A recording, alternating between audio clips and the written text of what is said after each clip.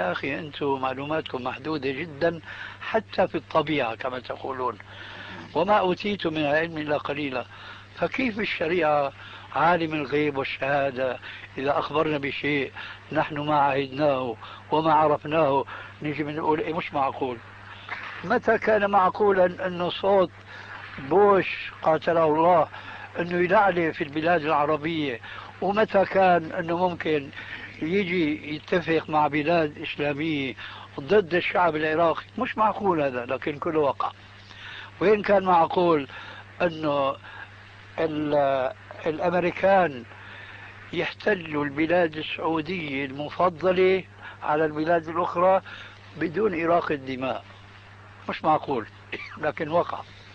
لذلك اتركونا موضوع معقول غير معقول، ادرسوا الأمور إذا كانت من ناحية شرعية في حدود الأدلة الشرعية، وإذا كانت غير شرعية فادرسوها في حدود المنطق وفي العقل.